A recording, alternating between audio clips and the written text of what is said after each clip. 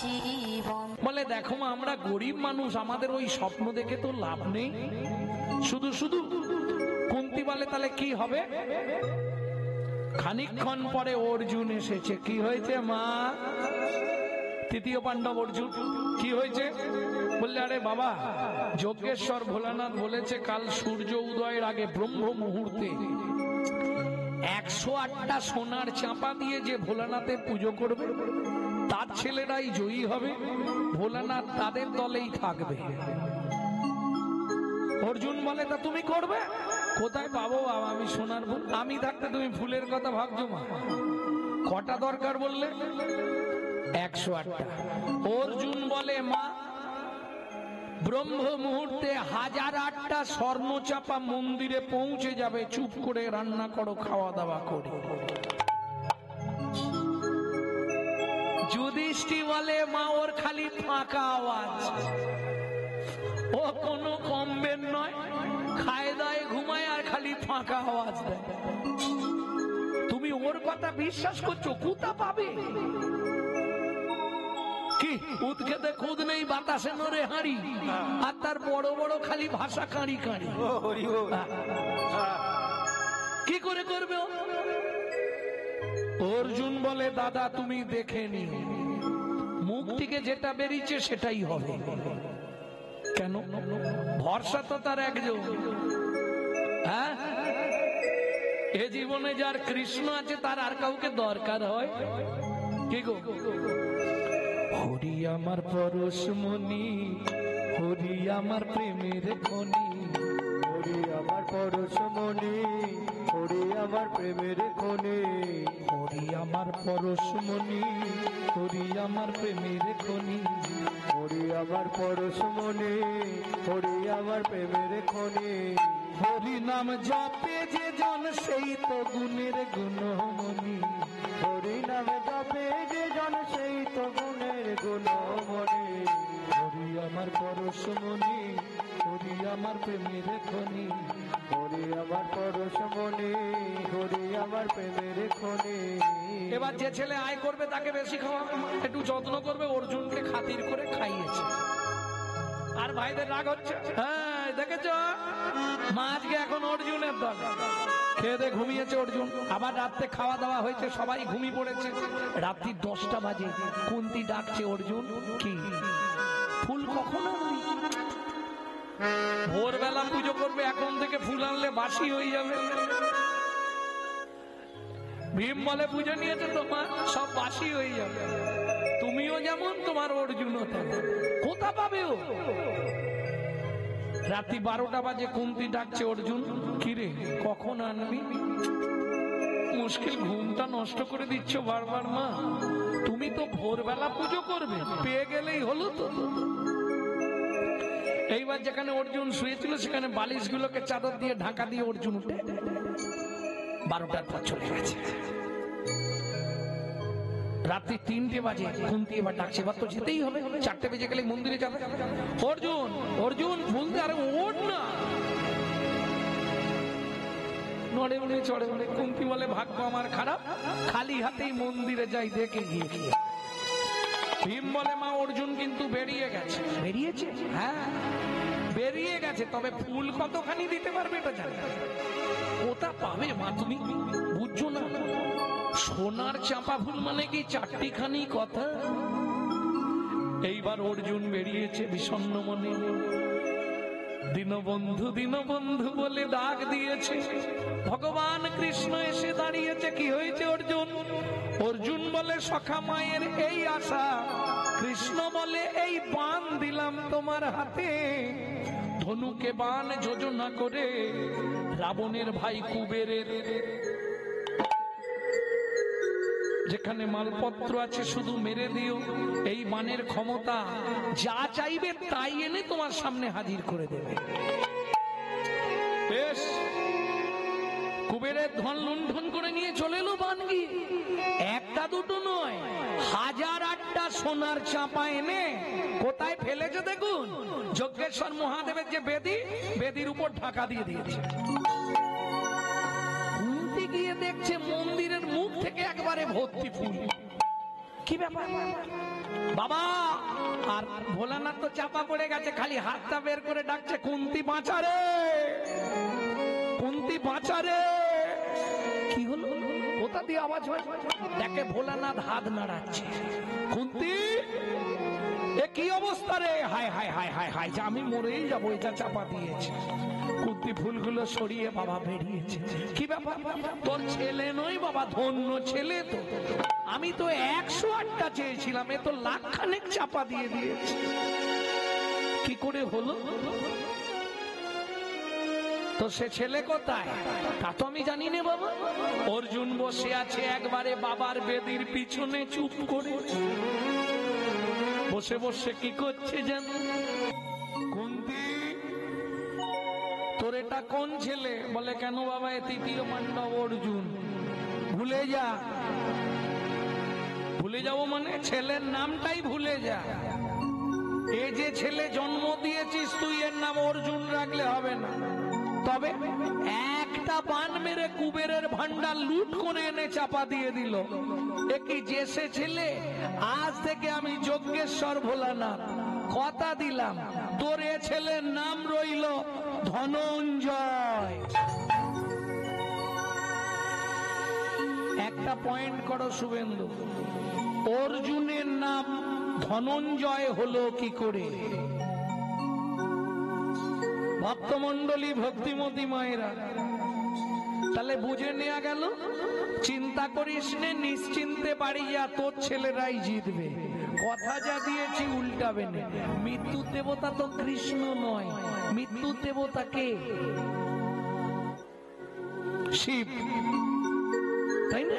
মন্ত্রে আছে না, ওম ত্রম্বকং যজামহে সুগন্ধি পুষ্টিবর্ধনম উর্বারুকমিব বন্ধনান মৃত্যুর্মুক্ষু অমৃত। মৃত্যুর্মুক্ষু অমৃত।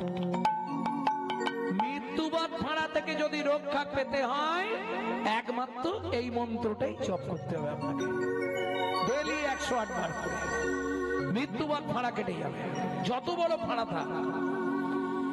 তাহলে মৃত্যুর দেবতা শিব। কৃষ্ণ ছিল বলে সবাই মরে গেল, পাণ্ডবরা জিতলো, এটা বলা ভুল। মৃত্যুর দেবতা তো শিব। শিব মৃত্যু দিয়েছে, তবে তারা মরেছে। প্রেম সে বলল চৈতন্য মহাপ্রভু কি।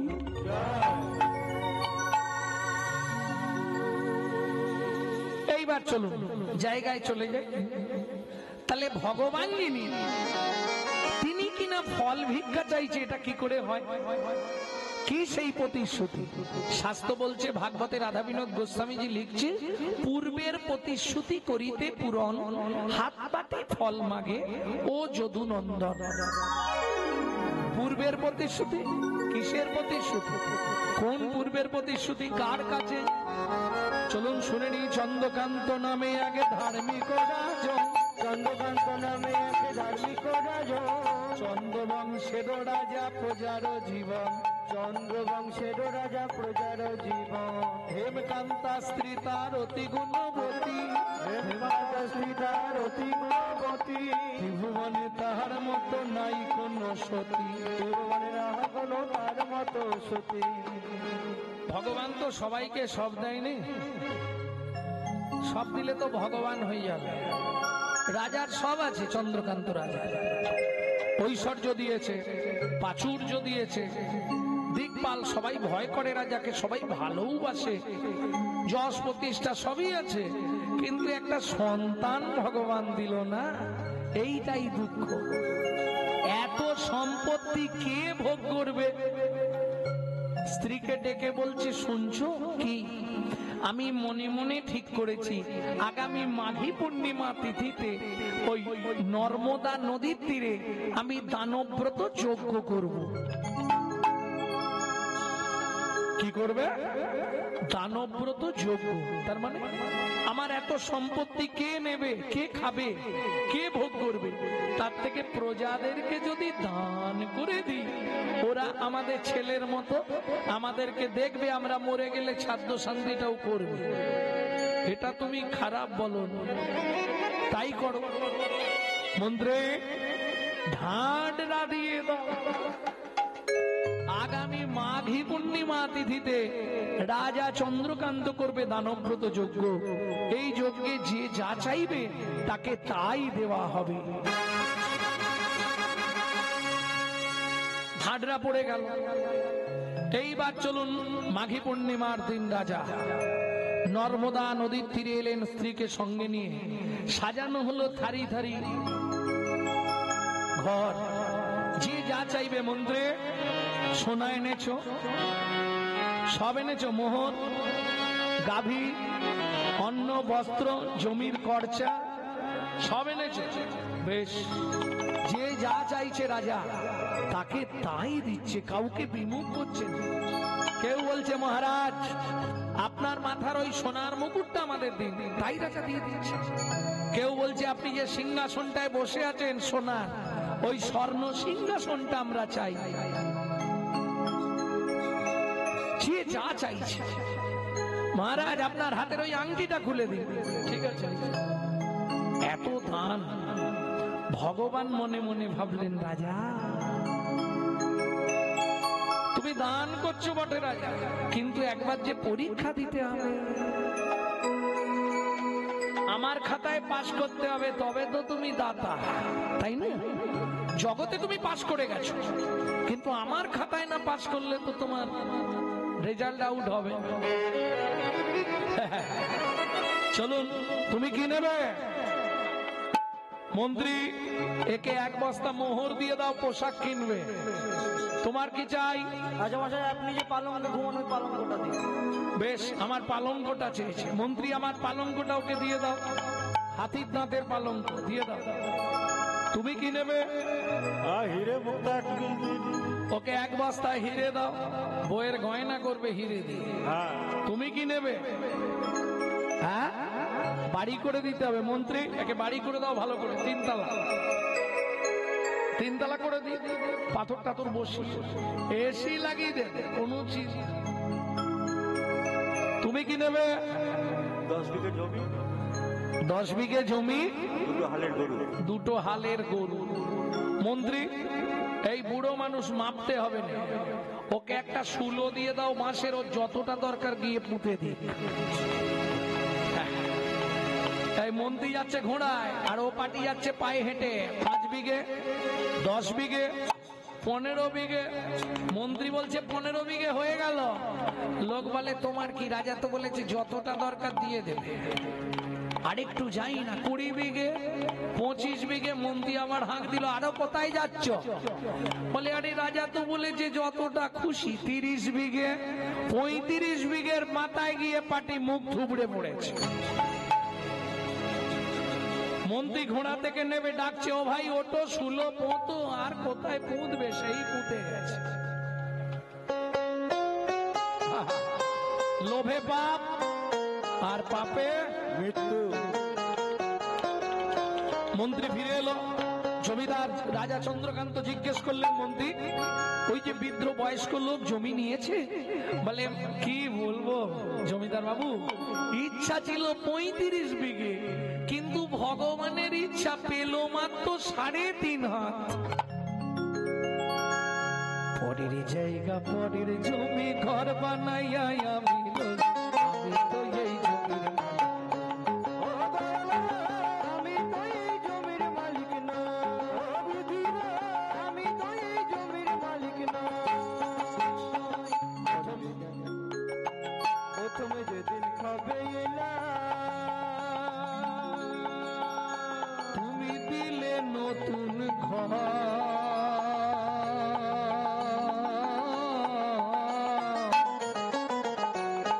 ঘরের কথা ভাবতে ভাবতে, ঘরের কথা ভাবতে ভাবতে, ঘরের কথা ভাবতে ভাবতে, ঘরের কথা ভাবতে ভাবতে তোমায় করলাম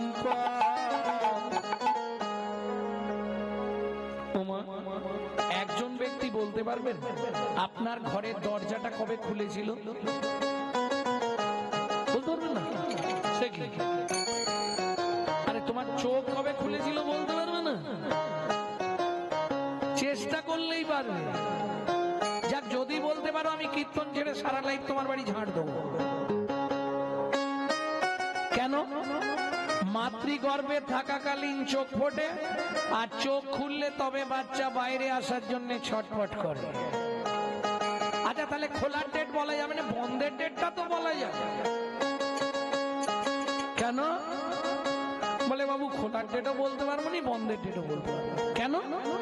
আমার ঘরের চাবি তোমার হাতে, ঘরের চাবি তোমার হাতে, ঘরের চাবি তোমার হাতে, ঘরের চাবি তোমার হাতে। সে ভাবনা ভাবলাম কই আমি তো এই জমির মালিক।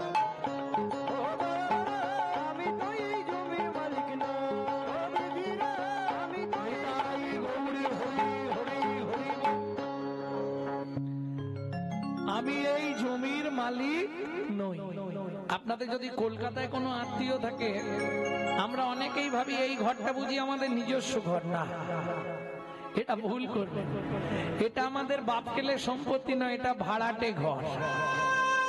মাসে মাসে ভাড়া, যারা যদি কলকাতায় আপনাদের আত্মীয় থাকে জেনে নেবেন, 1 থেকে 5 তারিখের মধ্যে আপনাকে ভাড়া পেমেন্ট করতে হবে। ভাড়া না পেমেন্ট করলে হঠাৎ করে দেখবেন প্রবলেম দেখা দেবে। কি প্রবলেম? বাবু বলুন, ঘরে লাইট জ্বলছে না, ভাড়া দিয়ে যাবেন তো লাইট দেবো। বাবু বাথরুমে জল পড়ছে না, ভাড়াটা পেমেন্ট করবে তো জল ছাড়া হবে। এটাই সিস্টেম। এই ঘরেরও একই সিস্টেম। আপনি যদি সময় সময় ভাড়া না দেন, হঠাৎ করে দেখবেন স্যাটেলাইট অফ করে দিচ্ছে। মাঝে মাঝে দেখেননি ঘর এক সাইড ধসি দেয়, বাকি দেয়, রাস্তা কিছু নেই, পেমেন্ট আপনাকে করতেই হবে। ভাড়া না দিলে হঠাৎ করে বাথরুমে জল বন্ধ করে দেবে, পেট ফুলে জয় ঢাক, কিডনি ড্যামেজ। দুঃখ পেলে হবে না, দুটো জায়গায় আপনাকে দিতেই হবে, হয় ভগবানকে দে, নালে ডাক্তারকে দে। দিতে হবে না কাদের? ওই দিন রাত নামকে আশ্রয় করে থাকতে হবে। যখনই সময় পাবেন গুনগুন গুনগুন করে শুধু কৃষ্ণ নাম করুন। কৃষ্ণ নামং জগৎ বন্ধু জগৎ দ্বিজং গুণং পরা, কৃষ্ণ নামং বিশ্বধারং জগতং পাপং হরা। অখিল ভুবাণ্ড ভরি হরি রস বাদর ভরি ক্ষত চৈতন্য মেঘে। একমাত্র কলিযুগের পন্থা হরিনাম, এছাড়া উপায় কিচ্ছু নেই।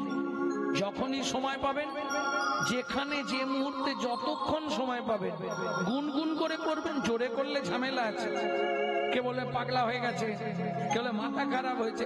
হ্যাঁ, হাসছো? হিন্দুদের চরম শত্রু তো হিন্দুরা, যার জন্য হিন্দু ধর্মের অবক্ষয়, এটা বুঝতে হবে।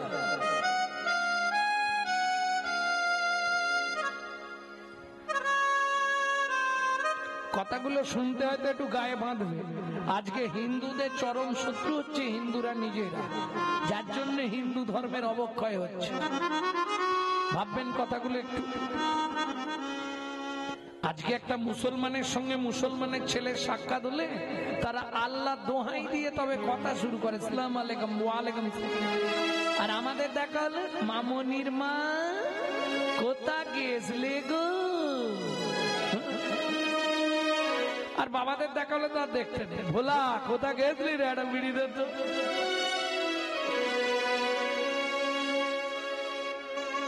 হ্যাঁ, শেষ করে দেবো। নিতাই গৌর হরি বল, নিত্যানন্দ বল, পরবর্তী দল তুলে দিই। কে এদের মালিক, কে এদের অনুষ্ঠান করাচ্ছে?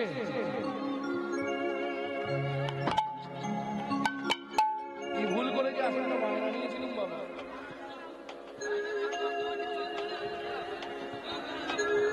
ভক্তমন্ডলী, ভক্তিমতী মায়েরা,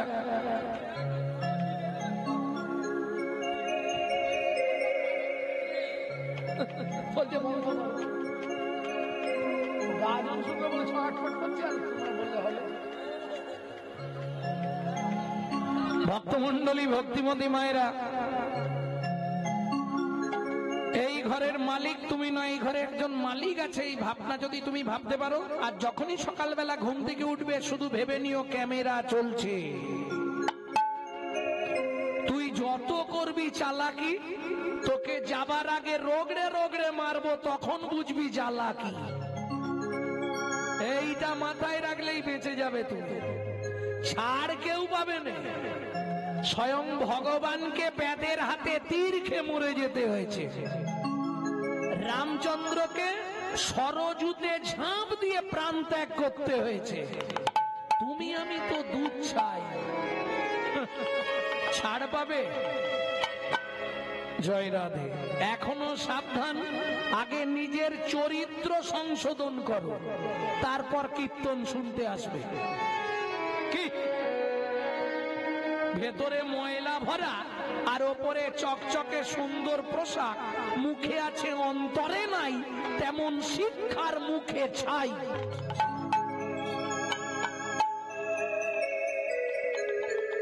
এমন কিছু মানুষ সমাজে আছে, বাড়িতে জীবনে বাবা মাকে ভাত দেয় না, অথচ দুর্গা পুজোয় 500 পিস কাপড় বিলাচ্ছে। কি করে বললাম? গত বছর কুচবিহার স্টেশনে নেমেছি, কুচবিহার, এক ভদ্র মহিলা ছুটে এসছে, ভিখারি, কিন্তু বেশ সুন্দর জামা কাপড় পরে আছে, ফর্সা।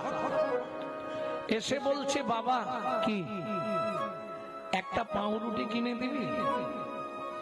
আপনি কি করেন? ভিক মাগি।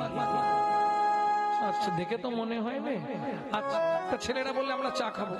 চা খাও, কি খেতে চায় খাই। নিয়ে গেছে, দুটো পাউরুটি হাতে নিয়েছে, নিয়ে এসে বলে, বাবা তোর সঙ্গে একটু কথা বলবো। কি কথা বলবেন? আমার সঙ্গে? আমি যাবো দিনহাটা, দিনহাটা থেকে গাড়ি এলে আমাকে নিয়ে যাবে, একটু বস না। বসেছে। কোথায় থাকিস? হাওড়া। বলছে আমার ছেলে সেক্টর 5-এ থাকে, সল্টলেকে। কি করে? ওই যে কি চ্যাটার অ্যাকাউন্টার, যার এখন ভাবুন মিনিমাম 1,40,000 টাকা মাইনে আছে। তা আপনি ভিক্ষা করেন কেন? কি করব, আমাকে নিয়ে গেছিল। 1 মাস রাখার পর বৌমা বলল, মায়ের এখানে জল হাওয়া শুট করবে না, মাকে গ্রামে দিয়ে এসো। ওই যে ছেলে দিয়ে গেছে আজ 5 বছর, আর যোগাযোগই রাখে। কি করব বল? প্রতি বছর দুর্গা পূজায় আমার ছেলে 500 করে কাপড় দান করে, 500 পিস। বাহ, তোমার ছেলেকে প্রণাম। কি হবে? লাভ হবে কিছু? মুখে আছে অন্তরে নাই, তেমন শিক্ষার মুখে চাই, কোনো লাভ নাই। যতই যাও না মন্দিরেতে আর যতই করো গঙ্গা স্নান, বাবা মায়ের না সেবা করলে খুশি হয় না ভগবান। কোন দেবতার পুজো করার দরকার নেই। সকালবেলা উঠে বাবা মাকে একটা ভক্তি করে প্রণাম করে দেখো, তোমার লাইফস্টাইলটা বদলে যাবে। পৃথিবীর সর্বশ্রেষ্ঠ ভগবান হলো পিতামাতা, তারা খুশি থাকলে পৃথিবী খুশি থাকবে। প্রেম সে বলো চৈতন্য মহাপ্রভু কি জয়।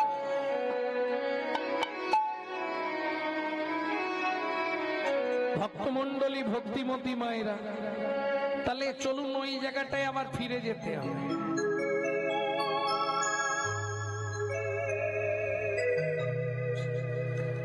যে যা চাইলো রাজা দিল। মন্ত্রী, তাহলে সবাই দান পেয়েছে তো, এবার দানব্রত যজ্ঞ আমি শেষ করি। মন্ত্রী বলছে, মহারাজ আপনি তুলসী পাতা গঙ্গা জল হাতে নিয়েছেন, ওইটা সেবা করে নর্মদা নদীতে স্নান করে ব্রত শেষ করবেন। তার আগে আপনি একবার জিজ্ঞেস করে নিন না, কেউ কি বাকি আছো? আমি আছি গো। আস্তে। মন্ত্রী, কে বললে বাকি আছে? মহারাজ আমি আসছি। এদিক ওদিক তাকাচ্ছে, কেউ নেই। হঠাৎ সামনে এসে দাঁড়িয়ে গেল। কে? হেন কালে নারদ ঋষি দাঁড়ালো সম্মুখে আসি। হেন কালে নারদ ঋষি দাঁড়ালো সম্মুখে আসি। কহিলেন মধুর বচন, কহিলেন মধুর বচন। আমি এখনো বাকি আছি, আমি এখনো বাকি আছি, আমি এখনো বাকি আছি, আমি এখনো বাকি আছি। তুমি আমায় দান করো রাজা, এখনো বাকি আছি। আমায় দান করো রাজা, আমি এখনো বাকি আছি। নারদ মুনিকে দেখেই রাজা ক্রোধে অগ্নি প্রজ্বলিত। দূর হয়ে যা সম্মুখ হতে, পেশনির কুমার, পেশনির কুমার, রাজা চন্দ্রকান্তে দান মাগো, কি সাধ্য তোমার, কি সাধ্য তোমার। আস্তে 80 মণ দুধে 1 ফোঁটা গোচনা পড়ে গেল। কেন? বৈষ্ণবেতে হয় যদি ক্ষুদ্র অপরাধ, মহা মহা ভজনের পড়ি যায় বাদ। এতক্ষণ যে পুণ্য সঞ্চার করেছিল সব পাপে পরিণত হয়ে গেল। কেন? বৈষ্ণব চরণে অপরাধ করে ফেলল। পেশনির কুমার, দাসীর পুত্র, যার জন্মকর্মের ঠিক নেই, তাকে রাজা চন্দ্রকান্ত দান দেয় না।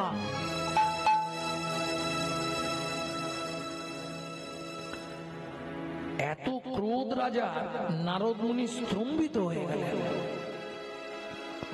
মন্ত্রে, মহারাজ একে ঘাড় ধাক্কা দিয়ে বার করে দাও, আমি দান দেব না। কেন মহারাজ? আপনি তো সবাইকে দান দিলেন। কিরকম বিধির বিধান দেখুন, এটাই তো পরীক্ষা। এতক্ষণ দান করছিল, ভগবান মতিটাই বদলে দিল, পরীক্ষায় ফেলে দিয়েছে। এই জায়গাটা থেকে উঠতে পারাটা মুশকিল। এই পরীক্ষায় ফেল করলো মানে ব্যাস শেষ। এত দান করলো করে শেষে গিয়ে ওই 80 মণ দুধে 1 ফোঁটা গোচনা পড়ে গেল। শুনুন মহারাজ, আপনার মন্ত্রী ঢাঁটরা দিয়েছিল বলে আমি এসেছি, আমি চলে যাচ্ছি। তবে যাবার আগে বলে যাচ্ছি যে চণ্ডালের মতো ব্যবহার আপনি আমার সঙ্গে করলেন, আগত জন্মে আপনাকে নিষাদ কুলে চণ্ডালের ঘরে জন্মগ্রহণ করতে হবে। রাজা স্ত্রী ছুটতে ছুটতে এসে চরণে পড়ে গেছে। হেমকান্তা দেবী, মুনিবর, মুনিবর, আমার স্বামী অন্যায় করেছে, আমার স্বামী মূর্খ, আমার স্বামী বোঝে না বৈষ্ণব, আপনি ক্ষমা করে দিন মহারাজ। আমি আপনার চরণ ধরে মিনতি করছি, আপনি ক্ষমা করে দিন। ওঠো মা, মুনিবাক্য মিথ্যে হবে না। চণ্ডালের ঘরে নিষাদ খুলে তোমাদের জন্ম হবে।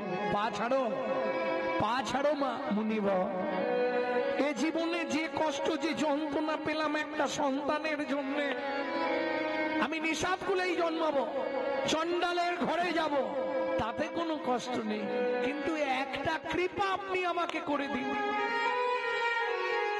কেঁদো না মা, বলো কোন কৃপা পেলে তুমি খুশি হবে? একটি সন্তান পাই যেন মুনি, সে তো হরি ভক্ত। আমায় একটি সন্তান পাই যেন মুনি, সে তো হরি ভক্ত। একটি সন্তান পাই যেন মুনি, সে তো হরি ভক্ত। তুমি এই কৃপা করো মুনি, তুমি এই কৃপা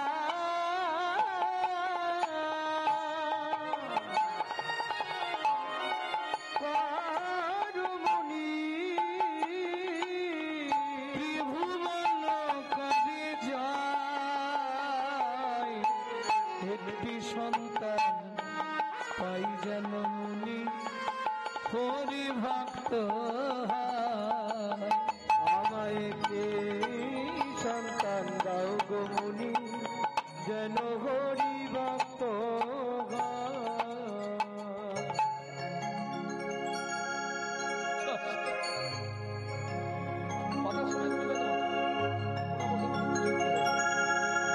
মুনিবর, নারদ মুনি বললে আশীর্বাদ করিব।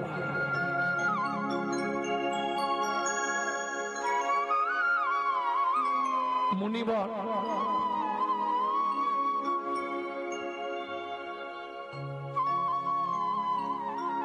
কৃপা হবে তো? নিশ্চয়ই হবে। এত বলি নারদ মুনি করিল গমন, করিল গম রাজা রানী হইল দোহাই